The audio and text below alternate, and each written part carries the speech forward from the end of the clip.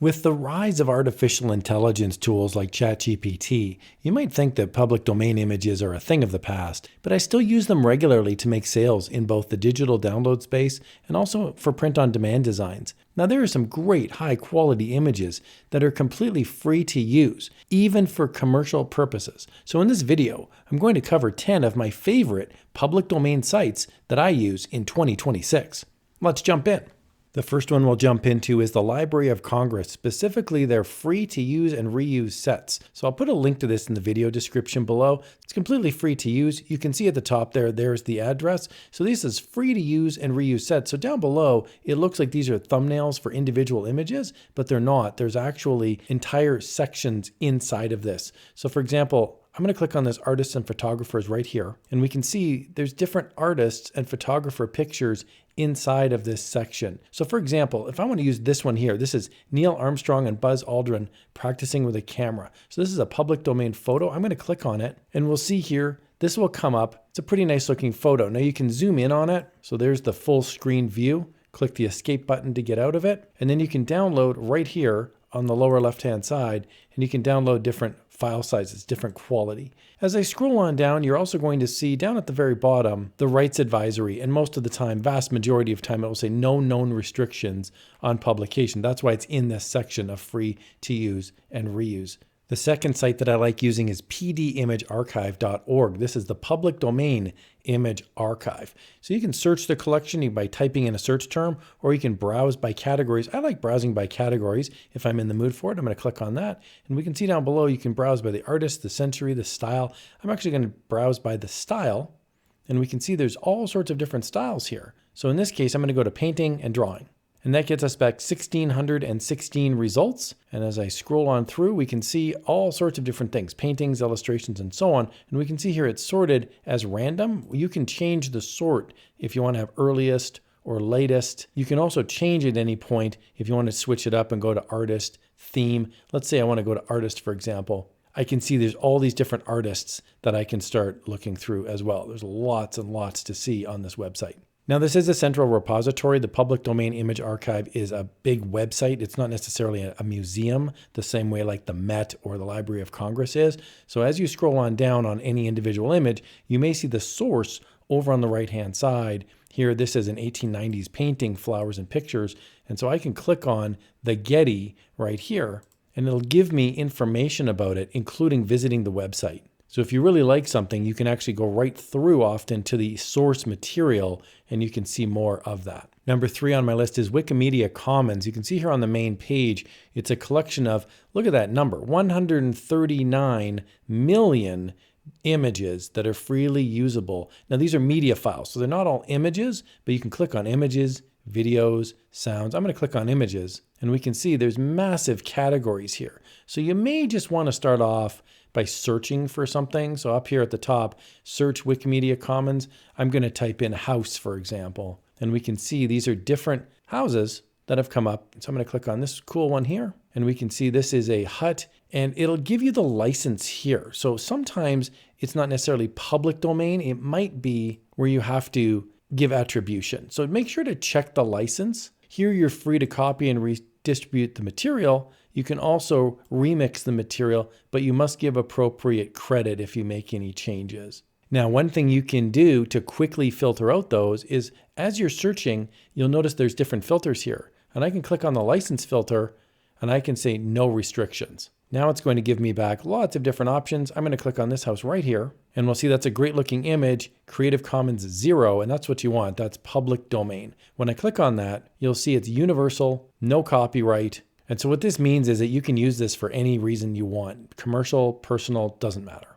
Number 4 is the Jet Propulsion Laboratory at NASA. There's a series of posters that you may have seen floating around the internet, and these are like propaganda travel posters of different places in the solar system, moons, planets, and so on. And you can actually use these. You can modify them if you want, or you can download them. So these are really easy to use. As you scroll through the page, you can just click on one, then you can click on the actual image and it'll populate it. It's quite large, and then you can just right click and you can save the image. Another way you can download is you can select the poster, so you can click on it, and then you can go to full image details down at the bottom. That'll open up a page that's got some description, And you can download the JPEG file or the TIFF file, depending on your needs. Number 5 is Google Patents. And Google Patents might not be super intuitive because you might not think of these as like a public domain images, but they actually are public domain images. So here on Google Patents, you can type in a search term. So for example, golf club, and then we can see all the different patents that come up for golf clubs. And they've got some little illustrations here along the side. So for example, I'm going to click on this one right here, golf clubs and golf club heads, and the actual patent will come up. Now you can download the PDF, which is easy.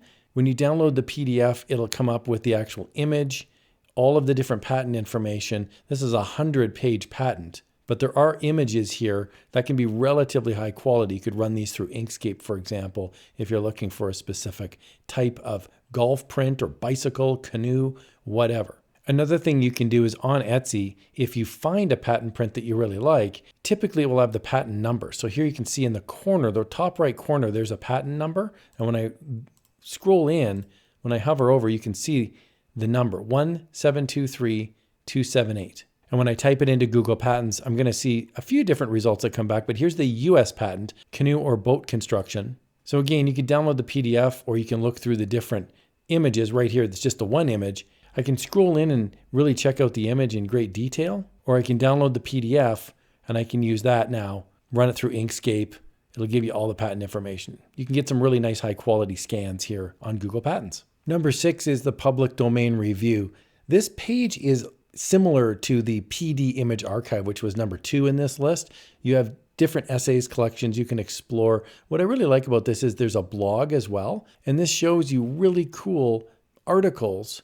Another thing I like to do is look at the collection. So I've clicked collections here at the top, and I can see there's different collections down below. So here, for example, is a collection of images about space, and I really love astronomy and space stuff. So we can see here from the year 1900 through 1922, there's some really cool slides of space stuff. And as I scroll down past the text, we'll see a few photographs, but also individual slides of different areas of the world. So some of this stuff could be really useful if you're making your own digital designs, or if you find inspiration here to make print-on-demand designs as well. Things like Saturn's rings, different planets. Sometimes people like old creepy photos of people. There's so much to see on this website. You could spend hours and hours looking through really cool old public domain archives on this site.